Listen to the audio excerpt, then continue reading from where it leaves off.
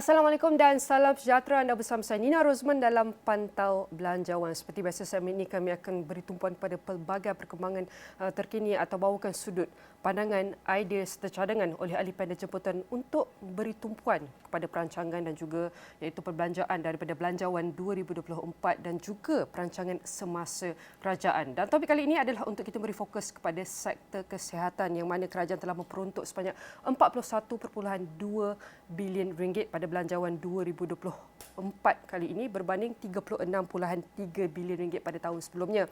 Dan mengapa penting untuk kita lihat atau teliti kepada peningkatan peruntukan kepada Kementerian Kesihatan adalah untuk kita lihat berkaitan dengan kesihatan dan kesejahteraan rakyat termasuk juga dengan iaitu pembangunan kesihatan negara secara keseluruhan. Tetapi saya akan bawakan iaitu pakar perubatan kesihatan awam sendiri yang bersama kami dalam studio iaitu Profesor Datuk Dr. Syed Muhammad Al-Junid Syed. Junid, saya nak ucapkan terima kasih Prof kerana sudi meluangkan masa bersama kami. Kita tahu setiap tahun peruntukan kesihatan adalah antara yang tertinggi dan tahun ini kalau kita lihat daripada segi angka kasarnya adalah peningkatan kalau berbanding tahun sebelumnya.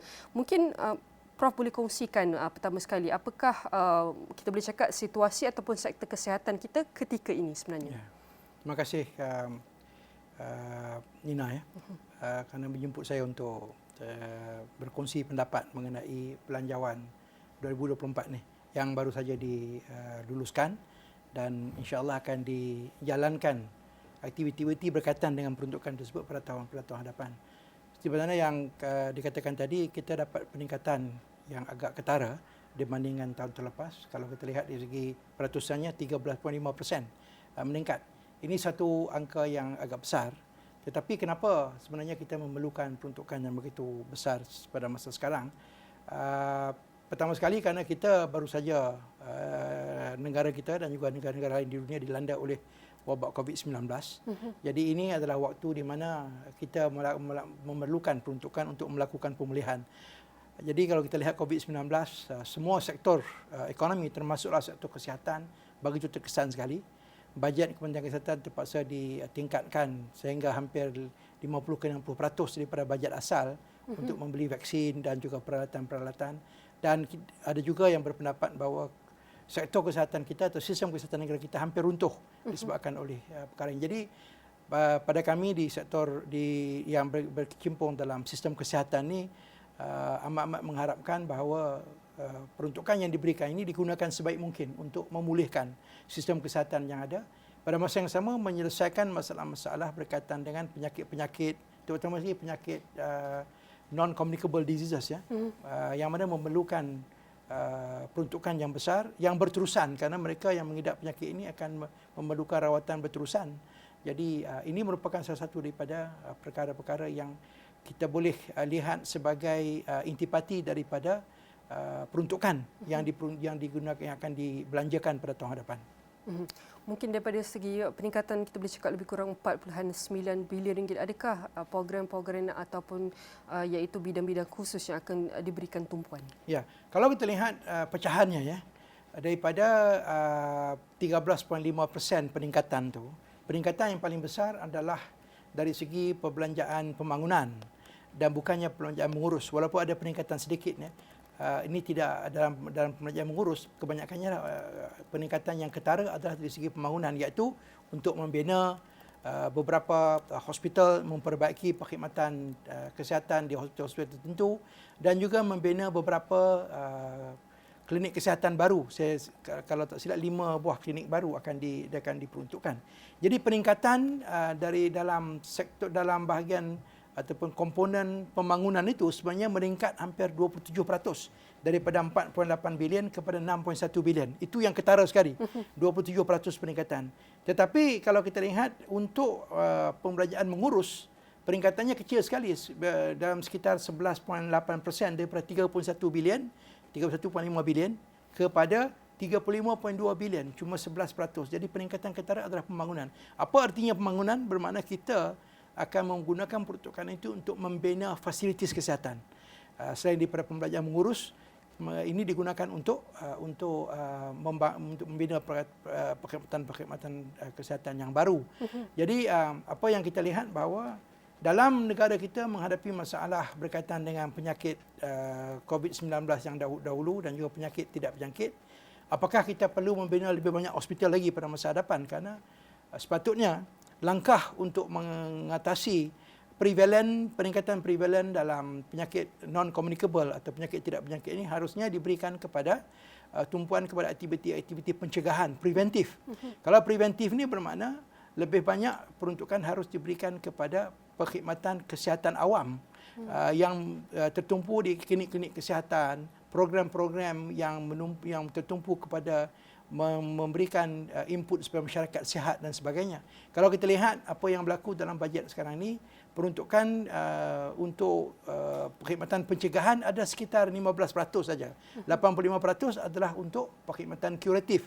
Jadi ini merupakan satu perkara yang harus kita berikan tumpuan supaya trend untuk meningkatkan peruntukan bagi perkhidmatan preventif ini harus ditingkatkan dan bukan diturunkan.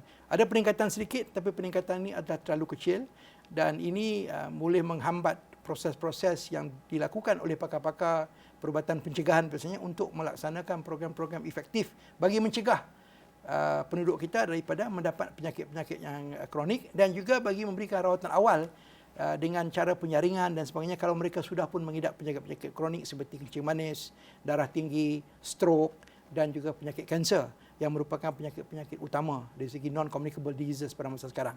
Tetapi kalau sekiranya kita dapat saksikan peruntukan tahun ini adalah kita dapat lihat peruntukan kepada pembangunan lebih tinggi daripada pengurusan. Tetapi sekiranya pengurusan ini lebih tinggi, apa lagi yang aspek kita perlu teliti selain kita boleh cakap antaranya adalah prevention seperti yang Prof katakan tadi? Ya.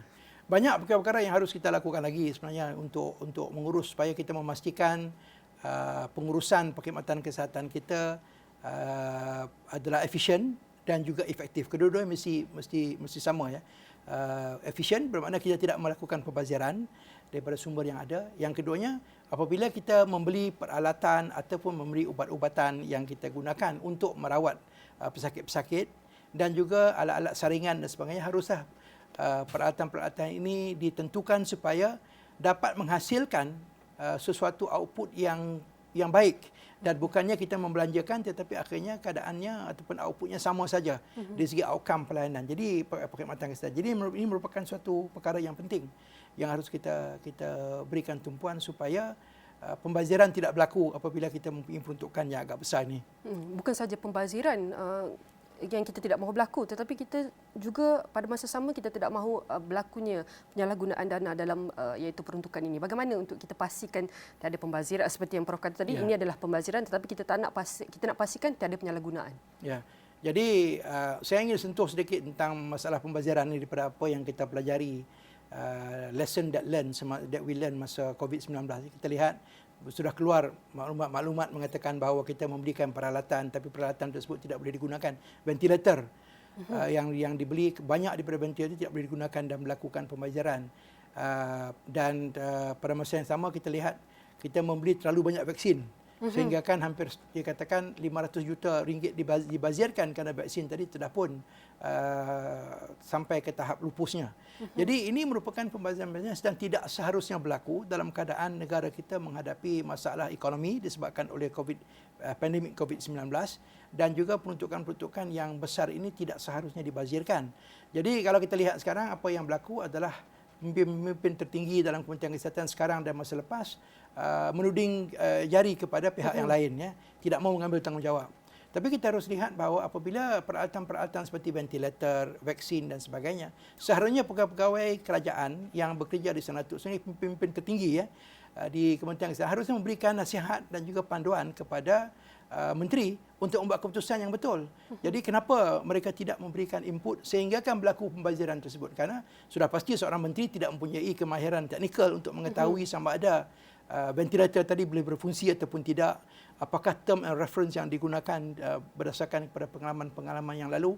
Kenapa kita tidak boleh melakukan planning ataupun perancangan yang betul sehingga kan kita terpaksa membazirkan hampir setengah bilion disebabkan oleh vaksin yang diorder tetapi tidak boleh digunakan.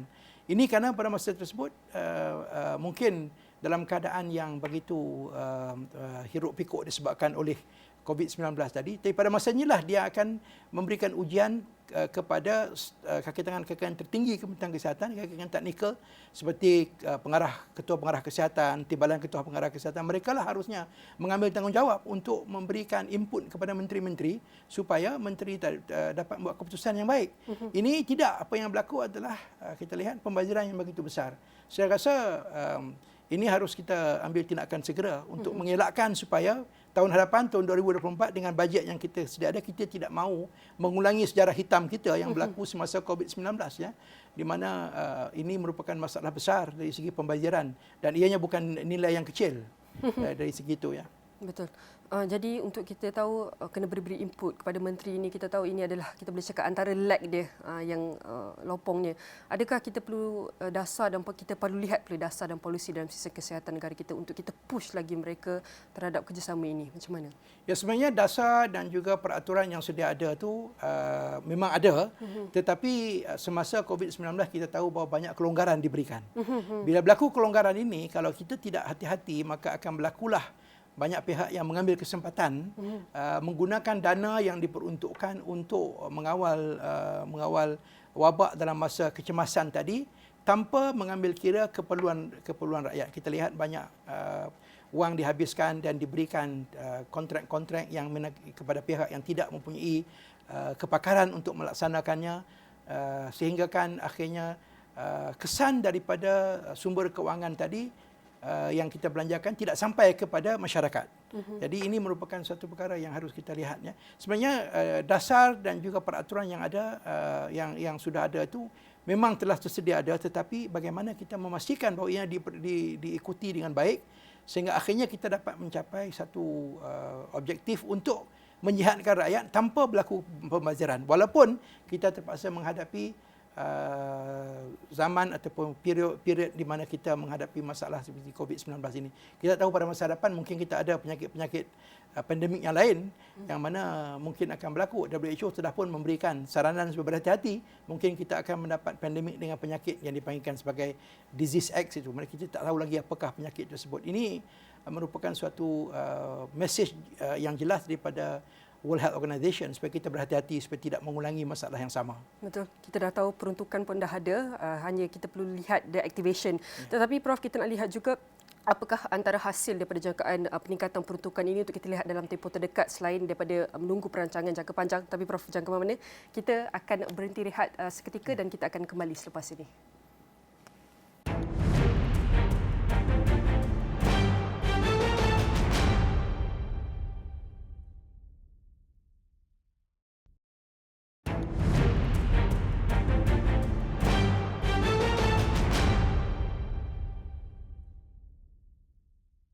Bertemu kembali dalam Pantau Belanjawan dan kita masih meneruskan perbincangan mengenai Belanjawan 2024 yang tertumpu kepada sektor kesihatan yang iaitu peningkatan dalam peruntukan tahun ini lebih kurang 4.6 bilion ringgit. Dan kita masih lagi bersama tetamu kita yang setia bersama saya dalam studio panjang kita borakkan tadi Prof, iaitu Profesor Datuk Dr. Syed Muhammad Al-Junid Syed Junid, merupakan pakar perubatan kesihatan awam. Banyak yang telah doktor kongsikan daripada, kita boleh cakap daripada segi peruntukan, bagaimana kita untuk activate, bagaimana untuk kita execute ni bergerak ke hadapan. Tapi Prof, saya nak tambah sikit tentang sistem perubatan madani yang kita boleh cakap lebih kurang iaitu peruntukan lebih kurang 1 juta ringgit tu, 100 juta ringgit tu. Mungkin Prof boleh kongsikan pandangan Prof terhadap ini. Jadi kalau kita lihat dalam bajet yang diumumkan baru-baru ini, ada peruntukan khusus yang diberikan untuk memperkuatkan lagi sistem perubatan madani. Ini skim perubatan madani ini merupakan satu skim yang digunakan bagi membantu golongan B40, iaitu golongan miskin yang mana mereka boleh mendapatkan akses kepada perkhidmatan kesihatan walaupun mereka mungkin mendapatkan rawatan tadi di klinik-klinik swasta. Jadi kerajaan yang akan membayar daripada sistem tadi. Jadi peruntukan sebanyak 100 juta yang diperuntukkan itu dianggapkan atau diharapkan boleh memberikan liputan kepada 700,000 orang penduduk. Ini merupakan satu usaha yang baik kerana salah satu daripada agenda di dalam SDG tadi, Sustainable Development Goal, adalah untuk mengurangkan kadar kemiskinan. Dan juga dari segi kesihatan kita nak pastikan bahawa golongan miskin ini mempunyai akses kepada perkhidmatan kesihatan. Biasanya dalam sistem kesihatan mana-mana negara pun golongan miskin inilah yang menghadapi masalah. Tetapi peruntukan 100 juta untuk meliputi 700 ribu orang ini juga merupakan satu peruntukan yang penting tetapi jauh lebih kecil daripada keperluan. Kalau kita lihat dalam negara kita, kita mempunyai hampir 2.9 juta household, ya, isi rumah, yang mana 2.9 juta ini adalah golongan B40. Dan tak sampai pun 10% daripada mereka ini yang mempunyai akses kepada skim perubatan madani ini, kerana kriteria untuk mendapatkan akses ini ada lebih ketat. Jadi kalau kita nak melihat contohnya di negara-negara jiran seperti di Indonesia, tahun 2006-2007 mereka melaksanakan satu skim yang dipanggil sebagai jaminan kesihatan masyarakat miskin. Pada masa tersebut semua yang mana yang dikira sebagai miskin dimasukkan dalam skim tersebut dan mereka mendapat akses kepada perkhidmatan kesihatan di klinik-klinik dan juga hospital kerajaan dan juga klinik dan juga hospital swasta.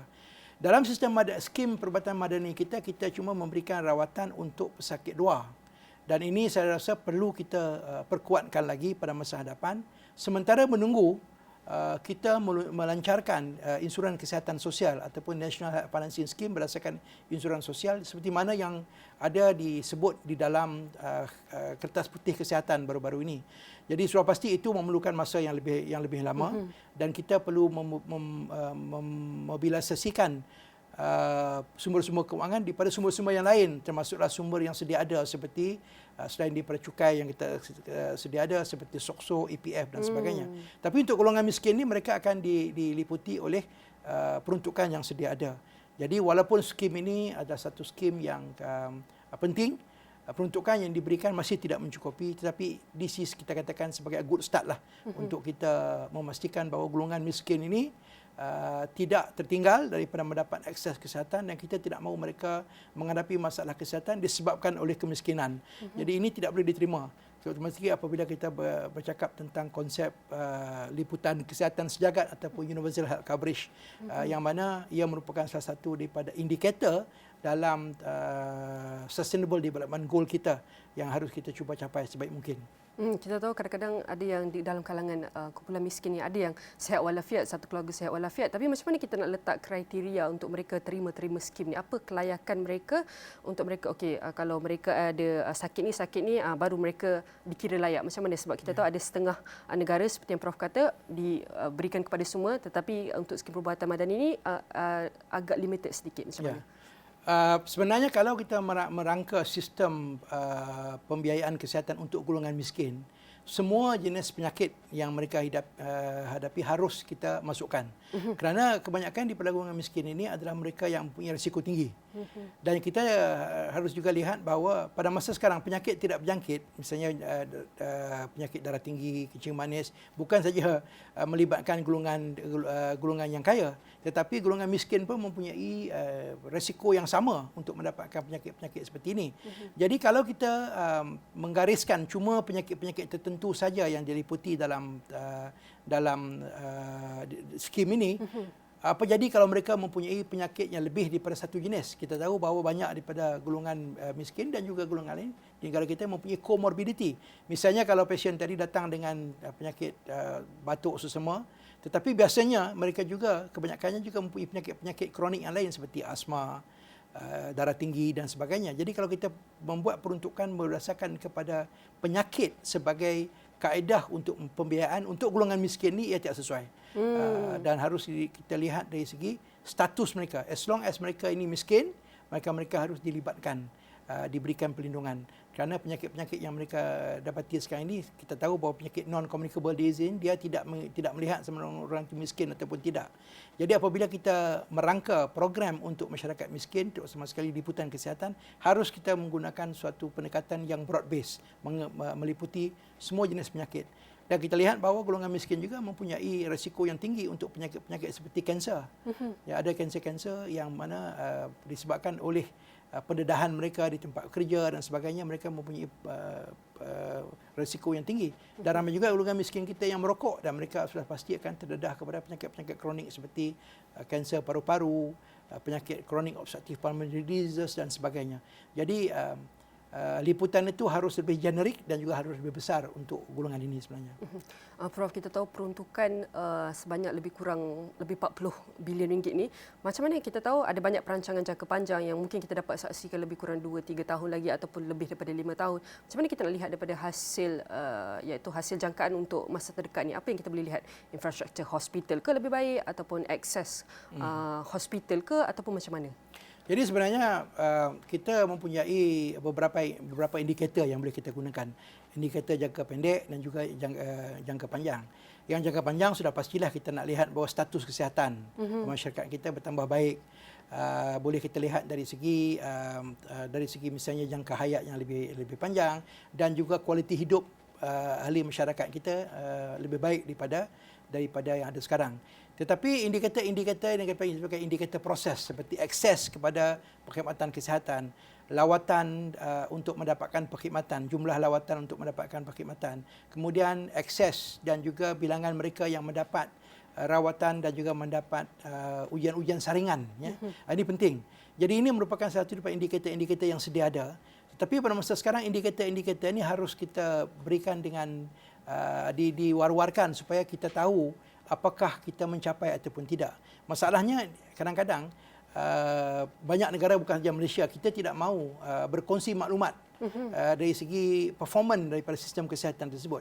Ini menyebabkan begitu apabila kita tidak mahu berkongsi maklumat, maka pakar-pakar yang boleh membantu Kementerian Kesihatan untuk menganalisis data untuk mencari kenapa kita tidak boleh mencapai indikator-indikator yang ditetapkan itu tidak dapat dilaksanakan dengan sebaik mungkin. Ini jelas sekali semasa COVID-19 kita menghadapi banyak masalah untuk mendapatkan data daripada Kementerian Kesihatan untuk berkongsi supaya pakar-pakar untuk menganalisis datanya biasanya bukan semuanya berada dalam Kementerian Kesihatan. Biasanya mereka berada di universiti.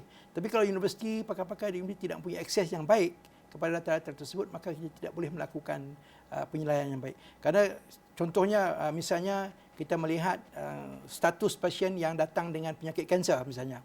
Dipahamkan bahawa hampir 2/3 daripada pesakit-pesakit yang mengidap kanser payudara ya mendapat perkhidmatan atau kontak pertama dengan perkhidmatan kesihatan dengan fasiliti kita adalah dalam stage 3 dan juga stage 4. Ini amat lewat sekali. Kenapa perkara tersebut berlaku? Jadi apakah di manakah backlog sehingga mereka tidak boleh mendapatkan akses datang di stage 3 atau stage 4. Ini baru diumumkan oleh salah satu daripada salah satu daripada konferens. Ini amat malang bagi masyarakat kita kalau akses untuk mendapatkan screening bagi penyakit kanser payudara, penyakit kanser yang paling kerap di kalangan wanita tidak kita lihat dan tidak kita selesaikan. Misalnya akses untuk mendapatkan mamogram untuk melakukan screening.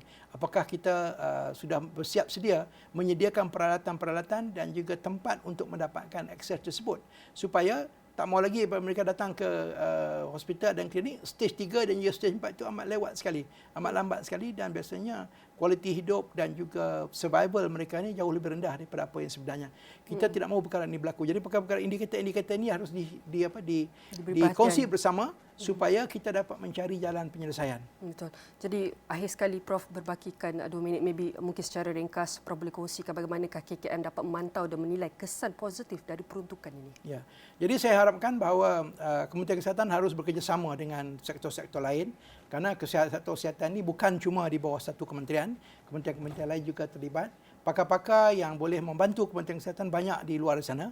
Jadi kalau kita boleh berkongsi maklumat, sama-sama bekerjasama untuk membangunkan negara kita, menjadikan Malaysia sebuah negara yang sihat dan penduduk kita mempunyai kualiti hidup yang baik, maka ini adalah apa yang kita harapkan daripada peruntukan besar yang kita terima hari ini yang diberikan oleh pemerintah oleh kerajaan pada hari ini. Betul tu Prof. Kita berharap iaitu peruntukan dengan penambahan dana ini bukan saja adalah untuk meningkatkan iaitu kesejahteraan kesihatan rakyat dan juga pembangunan kesihatan negara, tetapi kita berharap peruntukan ini dapat meningkatkan kesedaran betapa pentingnya kesihatan kita dan kesihatan dalam komuniti dan kita dapat sediakan sumber untuk pendidikan kesihatan ini. Sekali lagi saya ucapkan terima kasih kepada Profesor Datuk Dr. Syed Muhammad Al-Junid. Syed Junid merupakan pakar perubatan kesihatan awam. Kita jumpa lagi Prof. Dan semua ini akan kami rangkumkan dalam astrawani.com dan semua platform digital Astrawani. Sekian saja Pantau Belanjawan pada kali ini. Saya Nina Rozman. Salam hormat.